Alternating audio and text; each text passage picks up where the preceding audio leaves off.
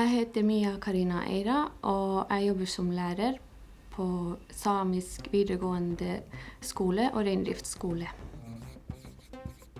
Jeg lærer i norskfaget.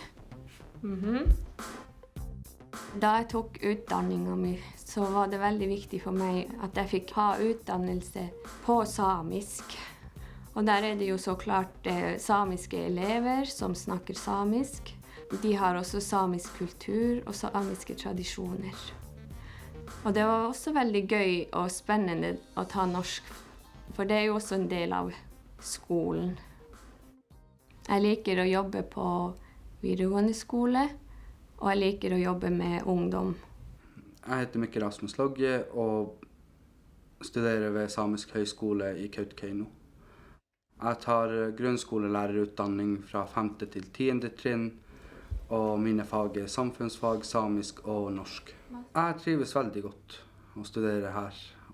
Jeg liker mine medstudenter og de ansatte, og jeg har masse gode samtaler om ulike temaer. Så jeg trives veldig godt her. Samisk høyskole ble etablert i 1989, og grunnen til at vi i det hele tatt fikk Samisk høyskole, Sámi Allaskóla, var fordi at det var behov for å få utdannede samer som kunne ta på seg viktige samfunnsoppdrag for det samiske samfunnet. Den første generasjonen som har fått samisk lærerutdanning går faktisk snart i pensjon, sånn at vi må ha en ny generasjon samiske lærere. No. Jeg synes at det er veldig viktig at vi får flere og flere kompetente samisklærere i alle fag. Men mitt fag er nok samisk, det er det jeg har lyst til å jobbe med. Vår ambisjon for fremtiden er at vi fortsatt er en viktig samisk institusjon, og spesielt i forhold til samisk lærerutdanning.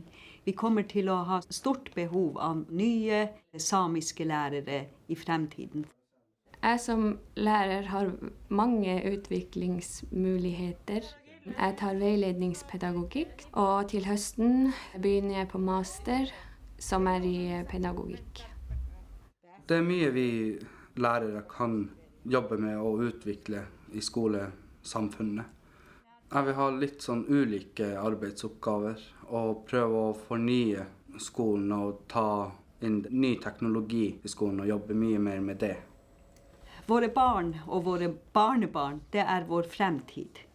Og hvis vi skal kunne tilby våre barn og våre barnebarn fortsatt en grunnskoleutdanning, så må vi ha kompetente lærere som kan undervise på samisk i samiske emner.